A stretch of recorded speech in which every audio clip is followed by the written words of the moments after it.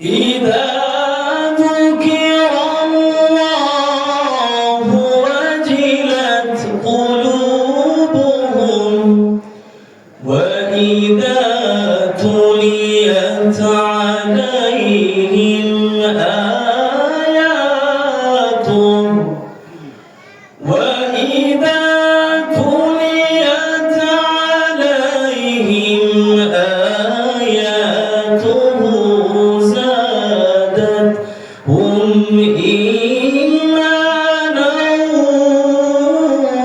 وعلى ربهم زادتهم إيمانا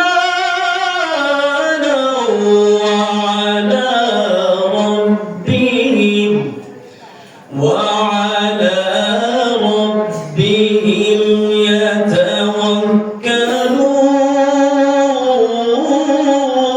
يتوكلون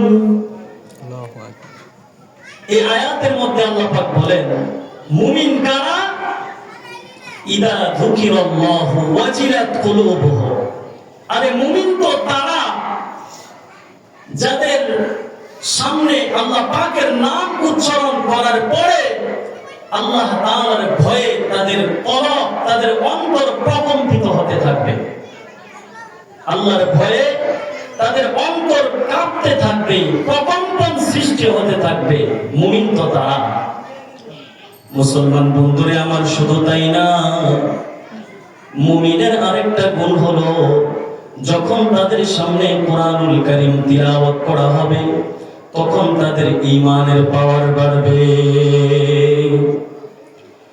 মুসলমান ভাইরা আমার এখন তো আমাদের ঘরের মধ্যে কোরআনের তিলাওয়াত নাই অথচ সাহাবায়ে কেরামদের ইতিহাস আপনি ঘাটেন সাহাবায়ে কেরামদের জীবনটা কত সুন্দর ছিল আজকের মুসলমানদের বড় দুর্দশার কারণ আজকের মুসলমান কোরআন ছেড়ে দিয়েছে রাসূল বলেছেন ও আমার উম্মত দুইটা জিনিস তোমরা আঁকড়ে ধরবে যতদিন পর্যন্ত তোমরা দুইটা জিনিস আঁকড়ে ধরবে ততদিন পর্যন্ত তোমরা পথভ্রষ্ট হবে না ইহুদ আর নাসারাদের হাতে তোমরা মার খাবে না দুইটা জিনিসের এক নাম্বার হলো আল্লাহর কালামুল্লাহ শরীফ দুই নাম্বার হলো রাসূলুল্লাহর সুন্নাহ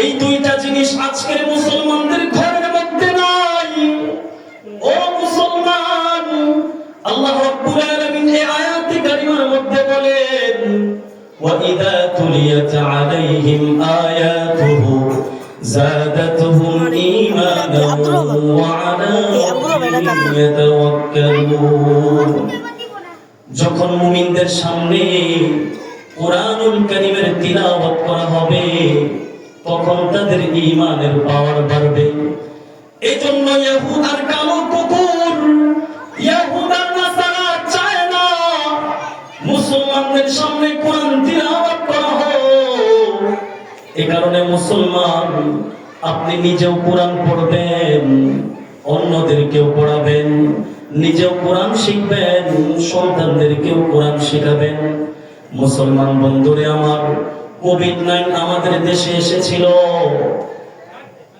কোভিড-19 করোনা যখন আমাদের সামনে আসলো আমরা তো সকলেই জানি এই ঘটনা ইউটিউব ফেসবুকে ভাইরাল হয়েছে কোন ঘটনা বলে কিয়ামতের চিত্র আল্লাহ পাক দুনিয়ার মাঠে আমাদেরকে দেখাইছেন কি বিষয়টা মুসলমান বন্ধুরে আমার করোনার সময় আমরা দেখলাম হাসপাতালে অসুস্থ বিছানায় কাতর বেমার অসুস্থ হয়ে মানুষ বিছানায় পড়ে আছে ডাক্তার রোগীর কাছে যায় নাই মুসলমান বন্ধুরে আমার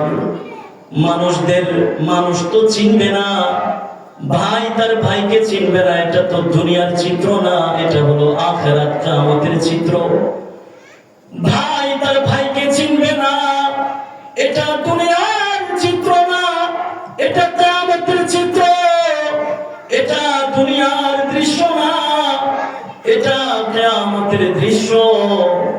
আল্লাহ বলেন, বান্দা এই যে করোনাতে তোমাদেরকে দেখাইলাম, বাবা করোনায় আক্রান্ত হয়েছে,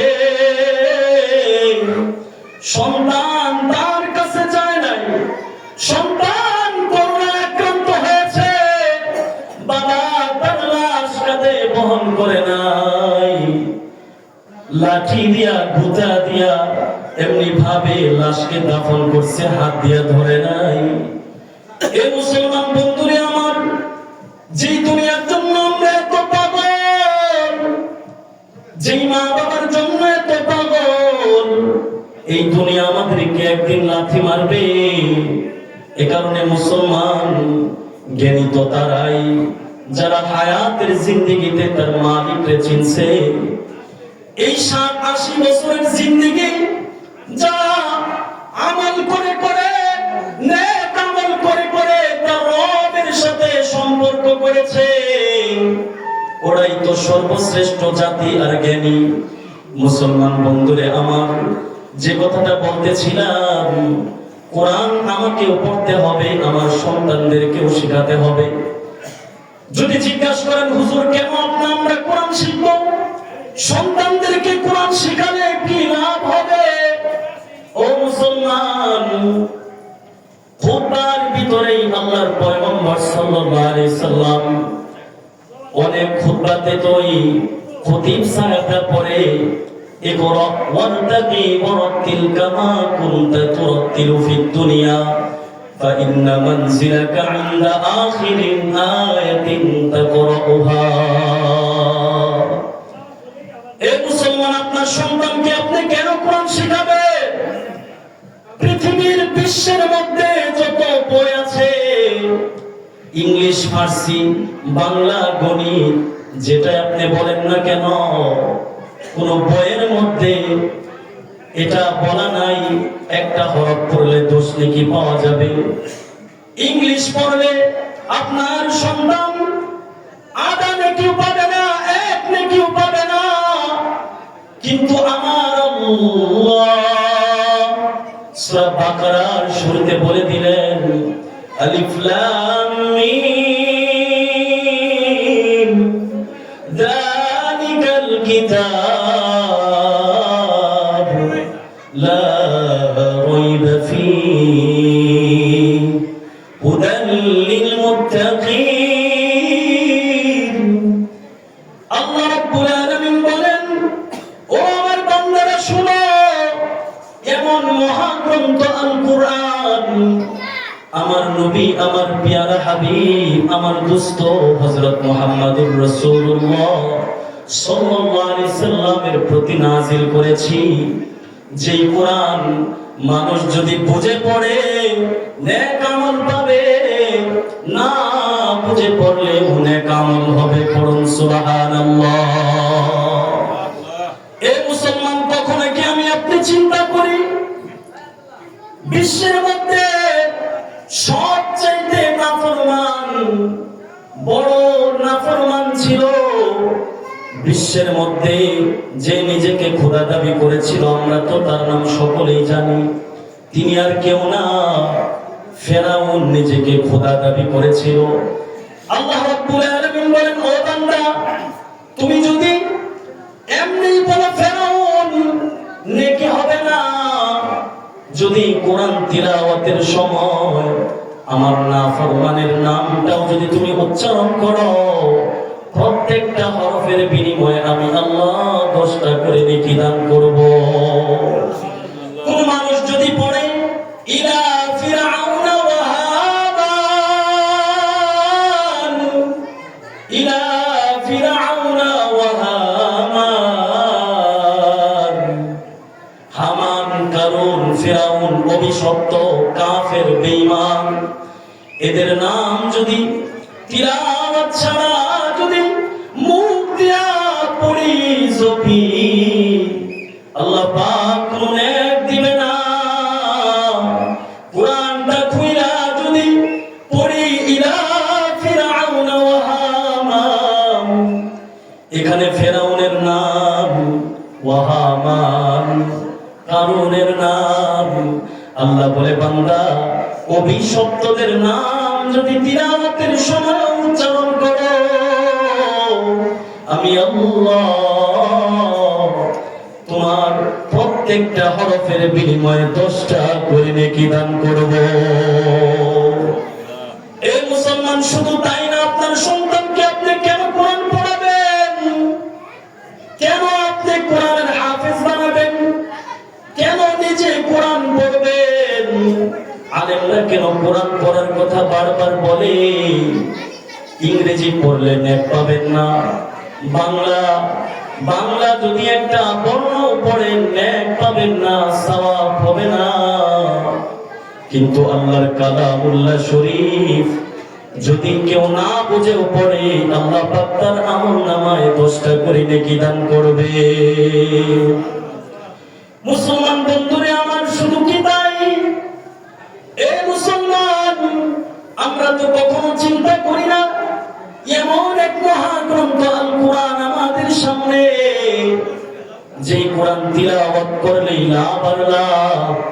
কিয়ামতের মাঠে হাফেজদের বাবাকে ডাকবে আল্লাহ রাব্বুল আলামিন, হাফেজদেরকে বলবে, ও বান্দা পড়ো, ইকরা মানে পড়ো, ওয়ারাত্তিল কামা কুনতা তুরাত্তিলু ফিদ দুনিয়া। দুনিয়াতে তুমি যেমনি ভাবে তারতিলের সাথে তিলাওয়াত করতে কোরআনুল কারীম, সেইভাবে আজ কিয়ামতের মাঠে পড়তে থাকো, আর তোমার মর্তবা আমি আল্লাহ উঁচু করতে থাকবো। ও মুসলমান, হাসরের মাঠে লক্ষাধিক মানুষদের সামনে বিশাল এক মাঠ আল্লাহ পাক কায়েম করবে। ওখানে হাফেজদের বাবাকে ডাকবে। আরে ছোট একটা মাহফিলে যখন আপনার সন্তান হাফেজ হয়, যখন পাগড়ি পরানো হয়, যখন নাম ডাকে আব্দুর রহিমের ছেলে আব্দুল খালেক পাগড়ি নিচ্ছে, কত মর্যাদা, কত সম্মান, কত মানুষ হাফেজের বাবার চেহারার দিকে তাকায়া থাকে। আরে কত ভাগ্যবান বাবা।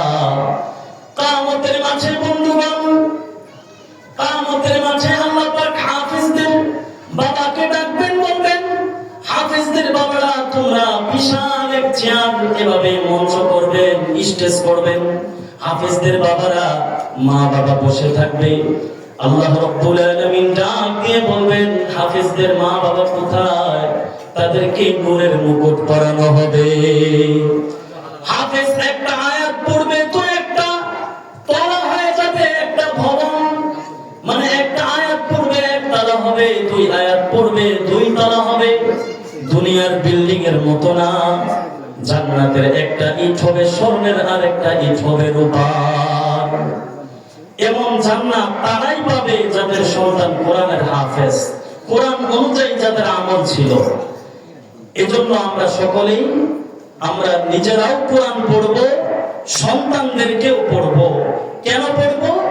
কারণ কোন কিতাব, কোন গ্রন্থের মধ্যে সায়েন্স বলেন, ইঞ্জিনিয়ারিং বলে, যে কোনো বই আছে, কোন বইয়ের শুরুতে লেখা নাই যে হুদাল লিন-নাস, এটা মানুষদের জন্য সুপথ প্রাপ্ত, হেদায়েত প্রাপ্ত, নাজাতের ওসিলা। কিন্তু কোরআনের মধ্যে আল্লাহ শুরুতেই বলে দিয়েছেন, কোরআন তো এমন এক মহাগ্রন্থ আল কোরআন, এটা হুদাল লিন-নাস ওয়া বাইয়িনাতিন মিনাল হুদা ওয়াল ফুরকান, হুদাল লিল মুত্তাকিন, মুত্তাকিনদের জন্য এই কোরআনটা হেদায়েত, পথ প্রদর্শক।